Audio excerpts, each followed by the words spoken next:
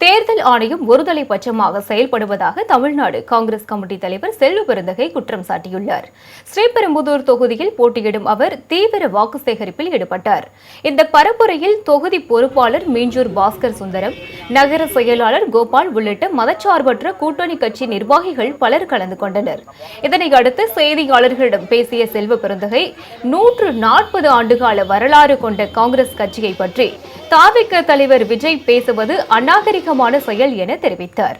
மதச்சார்பற்ற முற்போக்கு கூட்டணி 210 தொகுதிகளுக்கு மேல் வெற்றி பெறும் என அவர் தெரிவித்தார். தேர்தல் ஆணையம் இந்த தேர்தலை நடத்த வேண்டும், ஆனால் ஒருதலை பட்சமாக இருக்கக்கூடாது. அப்பழுக்கற்ற அதிகாரிகளை நீக்குகிறார்கள். இது உண்மையிலேயே வருத்தத்தக்கது. தன்னுடைய போக்கை தேர்தல் ஆணையம் மாற்றிக்கொள்ள வேண்டும். தேர்தல் ஆணையம் நியாயமாக நடக்க வேண்டும், நடுநிலையாக இருக்கக்கூடாது எங்களுடைய கோரிக்கை.